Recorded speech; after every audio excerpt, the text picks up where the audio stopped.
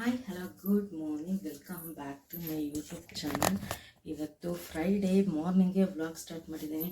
Already walking ಎಲ್ಲ ಹೋಗಿ ಬಂದಿದ್ದಾಯಿತು. So ಇವತ್ತು ಬಂದು ಟಿಫನ್ ಬಂದು ಪನ್ನೀರ್ ಕರಿ ಮತ್ತು ಮೆಂತ್ಯ ಸೊಪ್ಪಿತ್ತು, ಹಾಗಾಗಿ ಮೆಂತ್ಯ ಚಪಾತಿ ಮಾಡ್ತಾಯಿದ್ದೀನಿ. ಹಾಗೆ ಇವತ್ತು ಫ್ರೈಡೇ ಆಗಿರೋದ್ರಿಂದ ವಾರ ಮಾಡಬೇಕು, ತುಂಬಾ ಕೆಲಸ ಇದೆ. ವಾಕಿಂಗ್ ಮುಗಿಸ್ಕೊಬಂದು ಫಸ್ಟ್ ಇವಾಗ ಕಾಫಿಗೆ ಇಡ್ತಾಯಿದ್ದೀನಿ. ಇನ್ನು ಮನೇಲಿ ಯಾರೂ ಎದ್ದಿಲ್ಲ, ಎಲ್ಲ ಪ್ರಿಪೇರ್ ಮಾಡೋ ಅಷ್ಟರಲ್ಲಿ ಎದ್ದೇಳ್ತಾರೆ. ಸೊ ಬನ್ನಿ ವ್ಲಾಗ್ ಕಂಟಿನ್ಯೂ ಮಾಡೋಣ. ನನ್ನ ವ್ಲಾಗ್ ನಿಮ್ಗೆ ಇಷ್ಟ ಆಗಿದ್ರೆ ಲೈಕ್ ಮಾಡಿ, ಶೇರ್ ಮಾಡಿ, ಸಬ್ಸ್ಕ್ರೈಬ್ ಮಾಡ್ಕೊಳ್ಳೋದು ಮರಿಬೇಡಿ. ಬನ್ನಿ ವ್ಲಾಗ್ ಕಂಟಿನ್ಯೂ ಮಾಡೋಣ.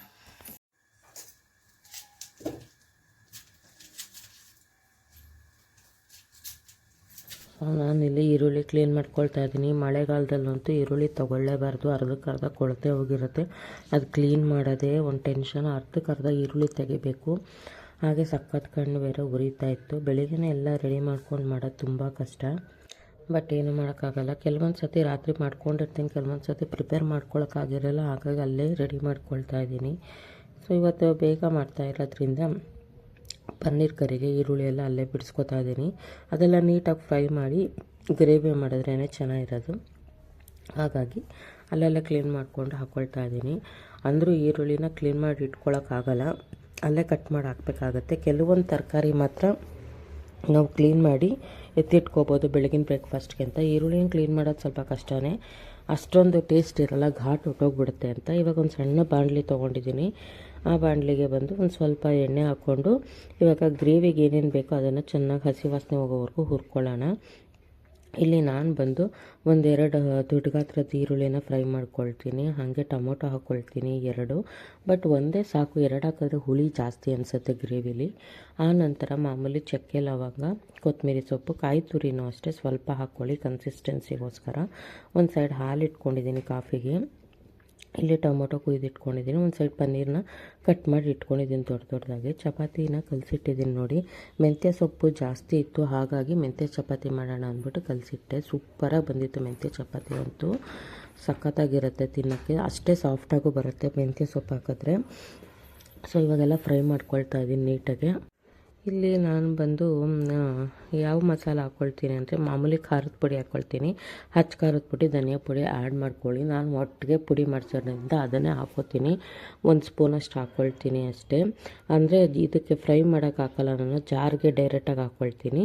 ಇಲ್ಲಿ ಮಾತ್ರ ಮಾಮೂಲಿ ಈರುಳ್ಳಿ ಚೆನ್ನಾಗಿ ಫ್ರೈ ಆದ ನಂತರ ಹೇಳಿದ್ನಲ್ಲ ಹಾಗೆ ಚಕ್ಕೆ, ಲವಂಗ, ಟೊಮೊಟೊ ಇವೆಲ್ಲನೂ ಸಾಫ್ಟ್ ಆಗಬೇಕು, ಚೆನ್ನಾಗಿ ಸಾಫ್ಟಾಗಿ ತಣ್ಣಗಾಗಬೇಕು. ತಣ್ಣಗಾದ ನಂತರ ನೀಟಾಗಿ ಗ್ರೈಂಡ್ ಮಾಡ್ಕೊಳ್ಳೋದು ಅಷ್ಟೇ. ನಾನಿಲ್ಲಿ ಫುಲ್ಲು ಪ್ರೊಸೆಸಿಂಗ್ ಏನು ತೋರಿಸಿಲ್ಲ, ನಾನು ಎಷ್ಟು ಮಸಾಲಾಗೆ ಹಾಕ್ಕೊಂಡಿದ್ದೀನಿ ಅದಷ್ಟೊಂದು ತೋರಿಸಿದ್ದೀನಿ ಅಷ್ಟೇ. ಜಾಸ್ತಿ ತೋರ್ಸೋಕ್ಕೆ ಬೆಳಗ್ಗೆ ಹೊತ್ತು ತುಂಬಾ ಬ್ಯುಸಿ ಇರ್ತೀವಲ್ವ, ಆಗ ಕೆಲವೊಂದು ಸತಿ ಪ್ಲ್ಯಾನ್ ಮಾಡಿ ರಾತ್ರಿಯೇ ಬ್ರೇಕ್ಫಾಸ್ಟ್ಗೆಲ್ಲ ರೆಡಿ ಮಾಡಿ ಇಟ್ಕೊಂಡಿದ್ರೆ ಓಕೆ, ತೋರಿಸ್ಬೋದು. ನಾನು ಇವತ್ತು ಏನೂ ರೆಡಿ ಮಾಡಿರಲಿಲ್ಲ, ಹಾಗಾಗಿ ಅಲ್ಲಲ್ಲೇ ವೀಡಿಯೋ ಮಾಡಿಕೊಂಡು ರ್ಯಾಂಡಮಾಗಿ ತೋರಿಸ್ತಾ ಇದ್ದೀನಿ ಅಷ್ಟೇ.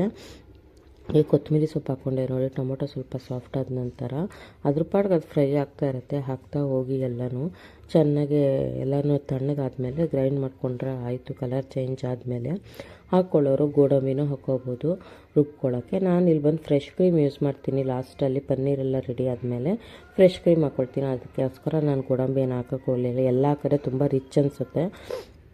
ಹಾಗಾಗಿ ಸ್ವಲ್ಪ ಕಾಯಿ ತುರಿ ಹಾಕ್ಕೊಂಡಿದ್ದೀನಿ, ಹಸಿ ಕಾಯಿ ತುರಿ. ಯಾಕಂದರೆ ಜಾಸ್ತಿನೇ ಥಿಕ್ನೆಸ್ ಆಗಿಬಿಟ್ರೆ ಒಂಥರ ಬಾಯಿಗೆ ಕ್ರೀಮಿ ಥರ ಸಿಕ್ಕರೂ ಅಷ್ಟು ಚೆನ್ನಾಗಿರಲ್ಲ. ಹಾಗಾಗಿ ಒಂದು ಗೋಡಂಬಿ ಹಾಕ್ಕೋಬೇಕು, ಇಲ್ಲ ಫ್ರೆಶ್ ಕ್ರೀಮ್ ಹಾಕ್ಕೋಬೇಕು. 2ರಲ್ಲಿ 1 ಹಾಕ್ಕೊಳ್ಳಿ. 2 ಹಾಕೋಕ್ಕೋದ್ರೆ ಅಷ್ಟೇನು ಚೆನ್ನಾಗಿರಲ್ಲ. ಹಾಗಾಗಿ ಫ್ರೆಶ್ ಕ್ರೀಮ್ ಮನೇಲಿತ್ತು, ಹಾಗಾಗಿ ಅದನ್ನು ಹಾಕ್ಕೊಂಬಿಡೋಣ ಅಂದ್ಬಿಟ್ಟು ಹಾಕ್ಕೊಂಡೆ. ಸೊ ಫ್ರೆಂಡ್ಸ್, ಇವಾಗ ಮೆಂತ್ಯ ಚಪಾತಿ ಮಾಡ್ತಾ ಇದ್ದೀನಿ. ಟೈಮ್ ಆಗೋಗಿದೆ ಆಲ್ರೆಡಿ, ಹಾಗಾಗಿ ಒತ್ತಾ ಇದ್ದೀನಿ. ಪನ್ನೀರ್ ಗ್ರೇವಿ ರೆಡಿ ಆಗಿದೆ, ಚಪಾತಿ ಒಂದು ಕಡೆ ಬೇಯಿಸ್ಕೊಳ್ತಾ ಇದ್ದೀನಿ. ಸೊ ಟೈಮ್ ತುಂಬ ಕಡಿಮೆ ಇರೋದ್ರಿಂದ ಮಾಡ್ಕೊತಾ ಇದ್ದೀನಿ. ಪನ್ನೀರ್ ಗ್ರೇವಿ ಆಲ್ರೆಡಿ ಕುದೀತಾ ಇದೆ ಚೆನ್ನಾಗಿ. ಮಾಮೂಲಿ ಗ್ರೈಂಡ್ ಮಾಡಿರೋಂಥ ಮಸಾಲೆನೆಲ್ಲ ಹಾಕಿದ್ದೀನಿ, ಪನ್ನೀರ್ ಆ್ಯಡ್ ಮಾಡಿದ್ದೀನಿ ಅಷ್ಟೇ. ಇಲ್ಲಿ ಬಂದು ಚಪಾತಿ ಬೇಯಿಸ್ತಾ ಇದ್ದೀನಿ. ಸೊ ಇವಾಗ ಇದಿಷ್ಟು ಮಾಡಿಬಿಟ್ಟು ಲಂಚ್ ಬಾಕ್ಸ್ ಕಟ್ಬಿಟ್ರೆ ಮುಗೀತು ನನ್ನ ಕೆಲಸ. ಅವ್ಳಿಗೋಗಿ ರೆಡಿ ಮಾಡಬೇಕಿನ್ನ. ಇನ್ನು ತಲೆ ಬಾಚಿಲ್ಲ, ಅವ್ರಿಗೆ ತಲೆ ಬಾಚಬೇಕು. ಇನ್ನು ಸ್ನಾನಕ್ಕೆ ಹೋಗಿದ್ದಾಳೆ, ಬಂದಿಲ್ಲ. ಬಂದ ಮೇಲೆ ಮಿಕ್ಕಿದ ಕೆಲಸ ಮಾಡ್ತೀನಿ. ಓಕೆ, ಆಮೇಲೆ ಸಿಗ್ತೀನಿ, ಬಾಯ್. ಟಿಫನ್ ರೆಡಿ ಆಗಿದೆ. ಬೆಳಗಿನ ಬ್ರೇಕ್ಫಾಸ್ಟ್ ಮೆಂತ್ಯ ಚಪಾತಿ, ಪನ್ನೀರ್ ಕರಿ. ಇವಾಗ ಫಸ್ಟ್ ನನ್ನ ಮಗಳಿಗೆ ಕೊಟ್ಬಿಡ್ತೀನಿ, ಪಾಪ ಟೈಮ್ ಆಗಿದೆ ಸ್ಕೂಲ್ಗೆ, ತಿನ್ಕೊಂಡು ಹೊರಡ್ಲಿ ಅಂತ. ಹೋಗೋ ಬೇಗ ತಿನ್ನೋಗು, ನೀರು ಇಟ್ಕೊಂಡು ಕೂತ್ಕೋ.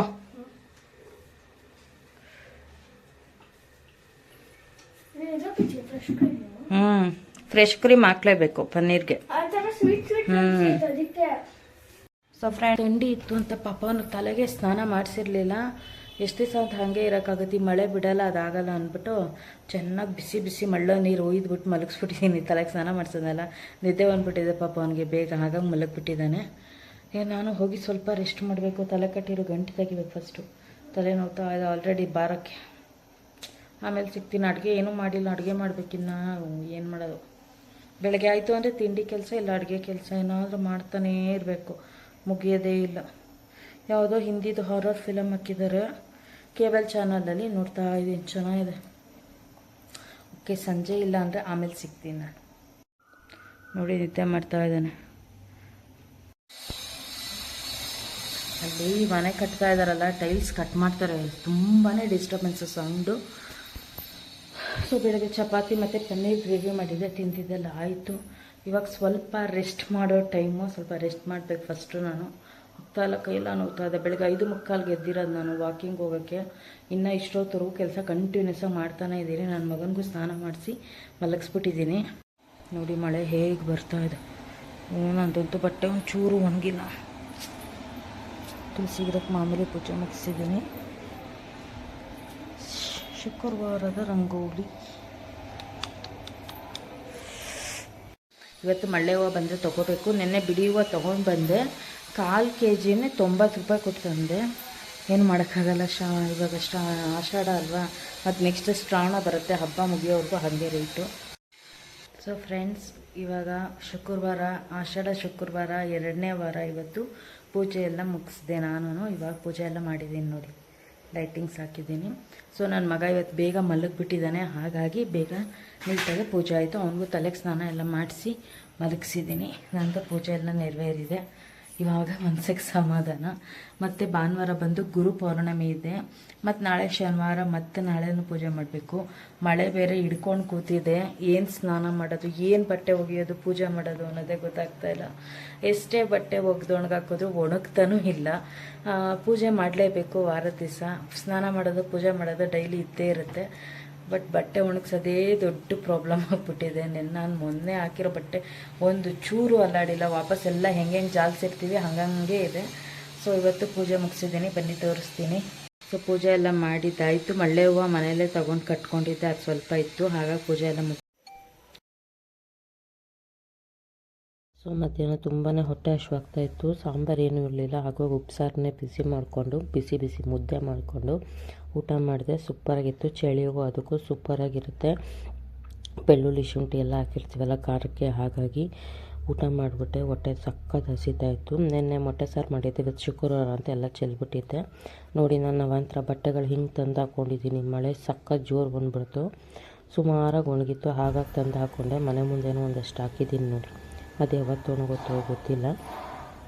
ಒಟ್ಟಿನಲ್ಲಿ ಮಳೆಗಾಲದಲ್ಲಿ ಇದೇ ಗೋಳಾಗ್ಬಿಟ್ಟೈತೆ, ಮನೆ ತುಂಬ ಬಟ್ಟೆಗಳು, ಎಲ್ಲಿ ನೋಡಿದ್ರು ಬಟ್ಟೆ ಬಟ್ಟೆ ಬಟ್ಟೆ. ನೋಡಿ ಫ್ರೆಂಡ್ಸ್, ರೀಲ್ಸ್ ಮಾಡೋಕ್ಕೆ ಅಂತ ಕರ್ಬೇವಿನ ಸೊಪ್ಪು ತರಿಸ್ದೆ. ನನ್ನ ಮಗ ಎಲ್ಲನೂ ಚೆಲ್ತಾ ಅಂಡ್ತಾ ಕೂತವನೆ. ಅಪ್ಪ ಹಾಯ್ ಮಾಡು. Very good. ಸೊಪ್ಪು ಬಿಡ್ಸಪ್ಪ ವೆರಿ ಗುಡ್. ಬಾ ಚಿನ್ನಿ ಬಂಗಾರಿ. ಅಕ್ಕ ಮ್ಯಾಮು, ಅಕ್ಕ ಓದ್ಕೊತಾವಳಂತೆ. ಇವನು ಕರ್ಬೇವಿನ ಸೊಪ್ಪು ಬಿಡಿಸ್ತಾ ಕೂತವನೆ, ಸ್ವೆಟ್ರ್ ಹಾಕೊಂಡು. ಮುದ್ದು ಮರಿ ಸೊಪ್ಪು.